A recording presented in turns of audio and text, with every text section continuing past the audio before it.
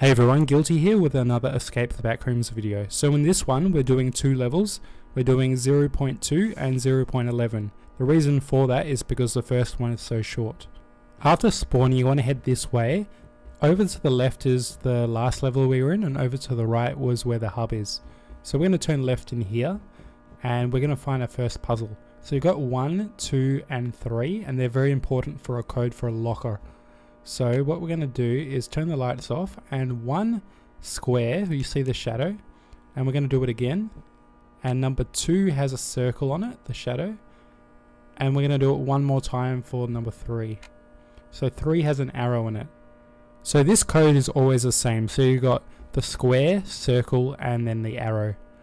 So square, circle, arrow is all you have to remember. You don't even have to come here if you know the code. So you're going to go to the locker over here.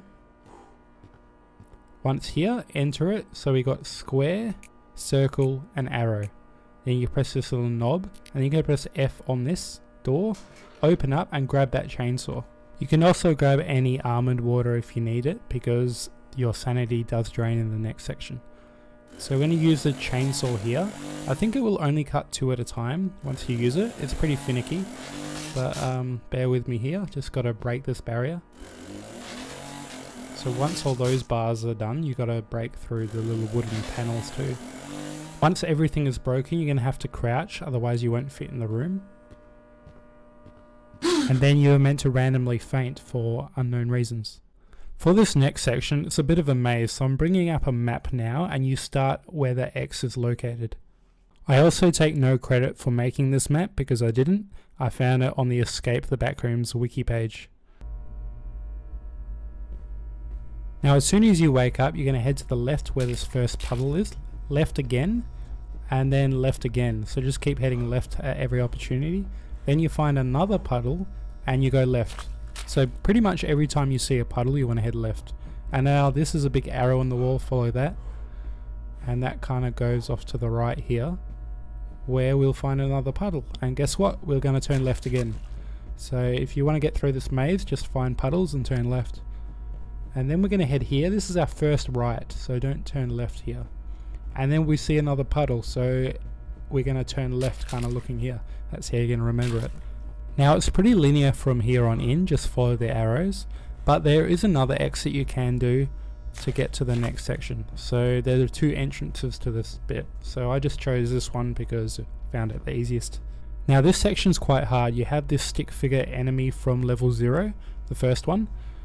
You want to equip the chainsaw, and then also if you're getting chased, you'll know when you're getting chased because the noise. You want to hide in these vents, and they're scattered around this little maze area. We're going to use the chainsaw to unbar all these doors. They're scattered around the map, and I'll explain that a bit later, but for the sake of this video I'm going to skip that because it's quite tedious. After unbarring all the windows, I respawned and I marked this red arrow where we are now and where we spawn if we die.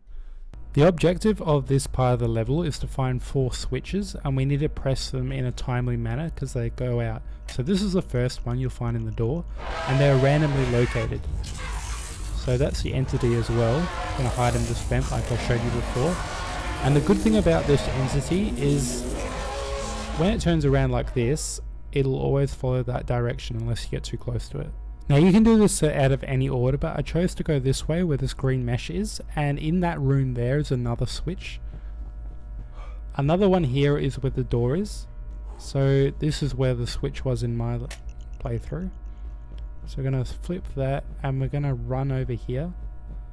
Now you can go through this maze, it's quite a short maze, check that map out. Getting chased again here, but there's another location, this door here. I kept pressing F too much times on that door. And there was nothing in this room, but I grabbed some almond water because your sanity does drain in this section too. So make sure to keep that up. Did kind of rush showing you the door with the green mesh, but on the other side of that wall was a door to get in, so just circle around to find that. Now this entity won't turn around on us, so it's pretty safe. And there's another one over this side. Now this one's a bit tricky. And the difference with this lever, this switch is always going to be here.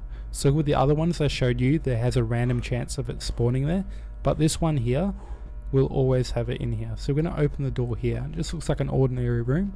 but there's this little secret hatch here. So always come in here and we're going to flick that. And now all these switches are timed too, so you'll need to do this fast. That's why I unboarded all the doors first before attempting all the switches, because that is time consuming, especially if you've got the entity chasing you while you're trying to unbar the doors. So from here, this is a pretty dangerous spot if the entity is walking down too. You want to turn right here, and that wooden door on that far side where this entity is kind of walking to is where the other switch location is. And the last one we're going to turn around, and this is the last one you should flick, and this one also is always here at all times. This one is in a random location, so it's always going to be here, and it's the last one you should press because that roller door to the right will open once they're all green, like so. And we're just gonna, if you're playing multiplayer, you might need to flick that switch to open it again because it's timed. Just to reiterate, this is where we are now. We just finished that whole section, and the little red dots that I've just shown you are all the possible locations of the randomly spawned switches. And those little blue ones, there's 2 of them. There's one where we climb through that vent and one at the very end. They are always there, and there are 4 switches you have to press. If you have any more questions, feel free to pop your comment below and I'll try to answer them in as much detail as possible. So now we're in level 188 and there's a small puzzle to work out. So we got to count the lit up windows. So we got 4, 1, 5, 3, 1 and 4. So we've got to remember that code. So you're going to count all the windows there that are lit up in each row. So the code is 415314. I'll put that code in the description because it doesn't change no matter what playthrough you're doing. Now this is the little clue that tells you what the windows do. So that's why we counted them, and we're putting them exactly how we see it. So 415314, and it should be green and it'll open. If it's red, that means you got it wrong. We're going to go in the elevator and press the button here, and that's the end of the level. Congratulations, and you should get an achievement too. If you enjoyed this video, please hit that like and subscribe button, and I'll see you in the next one. Bye.